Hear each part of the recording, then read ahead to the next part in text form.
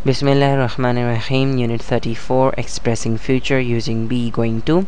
मुकम्मल language course के लिए बराए मेहरबानी विज़िट कीजिए मेरी वेबसाइट www.atocofenglish.com। आज के सबक हमें सीखेंगे कि बी गोइंग टू को किस तरीके से फ्यूचर ज़ाहिर करने के लिए इस्तेमाल किया जाता है।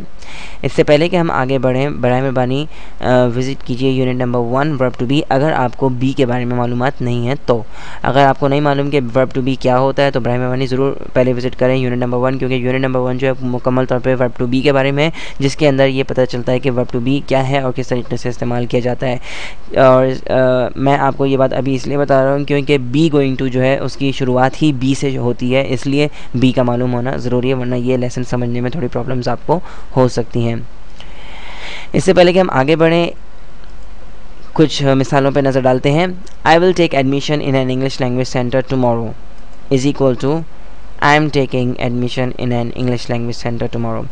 अब यूनिट 33 में और यूनिट 32 में हमने ये देखा था कि मुस्तकबिल किस तरीके से वाज़े किया जाता है, और मैंने आपको ये बात बताई थी कि मुस्तकबिल ज़ाहिर करने के लिए फ्यूचर टाइम ज़ाहिर करने का कोई एक तरीका नहीं होता। फ्यूचर टाइम ज़ाहिर करने के बहुत सारे तरीके होते हैं, उनमें से हमने 2 तरीके अब तक सीख लिए हैं। एक तो ये कि विल किस तरीके से मुस्तकबिल को ज़ाहिर करता है, और यूनिट 33 में हमने देखा था कि प्रेजेंट कंटिन्यूस टेंस भी जो है वो फ्यूचर ज़ाहिर करने के लिए इस्तेमाल किया जा सकता है। पहली मिसाल के अंदर आप देख रहे हैं कि विल का इस्तेमाल किया गया है फ्यूचर ज़ाहिर करने के लिए।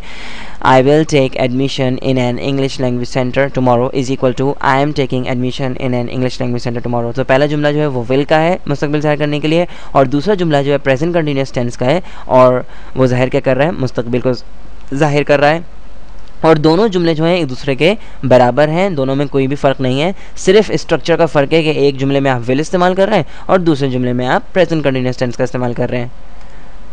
Is equal to I am going to take admission in an English language centre tomorrow. मैं कल एक इंग्लिश लैंग्वेज सेंटर में दाखिला लेने वाला हूँ। तो ये तीनों के तीनों जुमले जो हैं वो क्या हैं, मुस्तकबिल को ज़ाहिर कर रहे हैं, और तीनों के तीनों जो हैं वो अलग हैं। यानी कि पहला जुमला जो है वो विल है उसके अंदर, और दूसरे जुमले में प्रेजेंट कंटिन्यूस टेंस है, और तीसरा जुमला जो है उसके अंदर आप going to, be going to इस्तेमाल कर रहे हैं मुस्तकबिल ज़ाहिर करने के लिए। तो तीनों जुमले जो हैं वो एक दूसरे के मवाजी हैं, यानी कि एक दूसरे के बराबर हैं, लेकिन तीनों जो हैं वो अलग हैं। लेकिन ज़ाहिर क्या कर रहे हैं, तीनों के तीनों मुस्तकबिल को ही ज़ाहिर कर रहे हैं।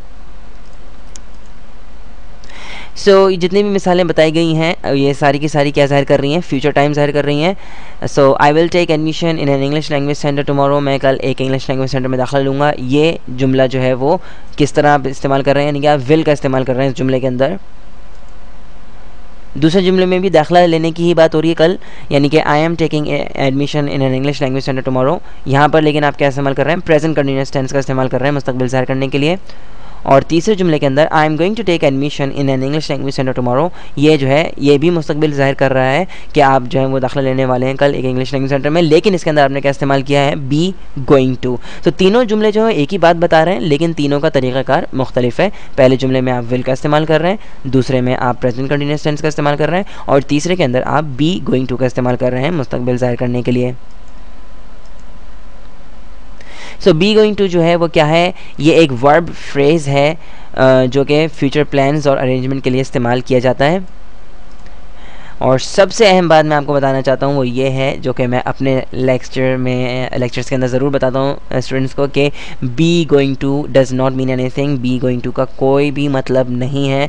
तो बराए मेहरबानी उर्दू ज़बान के अंदर इसके कोई भी मायने मत निकालें। जिस तरह विल, मैंने आपको बताया था विल के कोई मायने नहीं होते, और कैन के ट्यूटोरियल में मैंने आपको बताया था कि कैन के भी कोई मायने नहीं होते, और शुड के ट्यूटोरियल में भी मैंने आपको यही बात बताई थी कि उसके कोई मायने नहीं होते। लेकिन हम पाकिस्तानियों के साथ एक प्रॉब्लम ये है कि हम हर चीज़ के मायने ढूंढने के पीछे लग जाते हैं, ना कि उसके यानी कि इस्तेमाल करने के तरीके को समझते हैं। हम इस्तेमाल करने का तरीका नहीं सीखना चाहते, क्योंकि हम में से बहुत सारे ऐसे हैं जो कि बहुत सुस्त और काहली का मुजाहरा करते हैं और बस तर्जुमे के ऊपर ही डिपेंड करना चाहते हैं, और वैसे अंग्रेज़ी सीखना चाहते हैं। तो भाई आपकी मर्ज़ी से तो आप अंग्रेज़ी नहीं सीख सकते, ठीक है। और जो सही तरीका है वो मैं आपको बता रहा हूँ, और अगर आपको अंग्रेज़ी आ जाती जिस तरीके पे, अगर आप समझते हैं कि जी तर्जुमा करने से अंग्रेज़ी आ जाती है, तो फिर आप मेरी वेबसाइट पर मेरा लेक्चर इस वक्त नहीं सुन रहे होते। तो इसका मतलब ये है कि ज़ाहिर सी बात है ये तरीक़ाकार जो है वो सही नहीं है जब भी आप मेरी वेबसाइट पे इस वक्त आए और मेरा ट्यूटोरियल सुन रहे हैं। सो ज़हन में रखें, be going to does not mean anything. Be going to के कोई भी मायना नहीं है।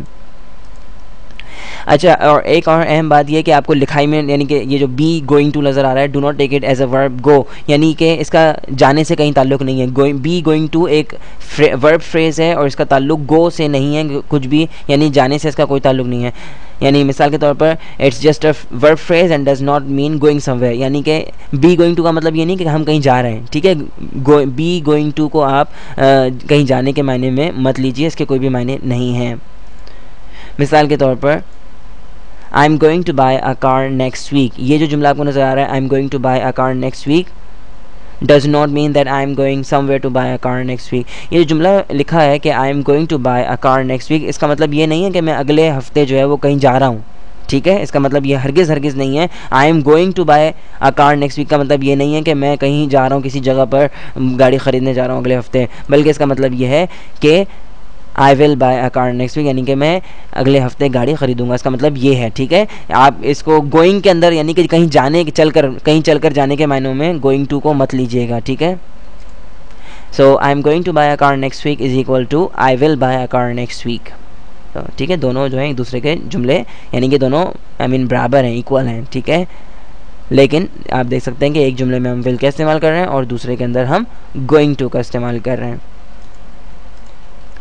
अच्छा जी, विल और गोइंग टू, अच्छा विल और गोइंग टू के अंदर जी थोड़ा सा कुछ फ़र्क है और इस वक्त इस लेसन के अंदर मैं आपको वो फ़र्क नहीं बताऊंगा, क्योंकि मैं नहीं चाहता कि आपको किसी भी किस्म की परेशानी हो और उलझन का शिकार हो। आप इस वक्त तो जहन में रखें कि इस वक्त आप सिर्फ इतनी सी बात जहन में रखेंगे, विल और गोइंग टू में कोई फ़र्क नहीं है।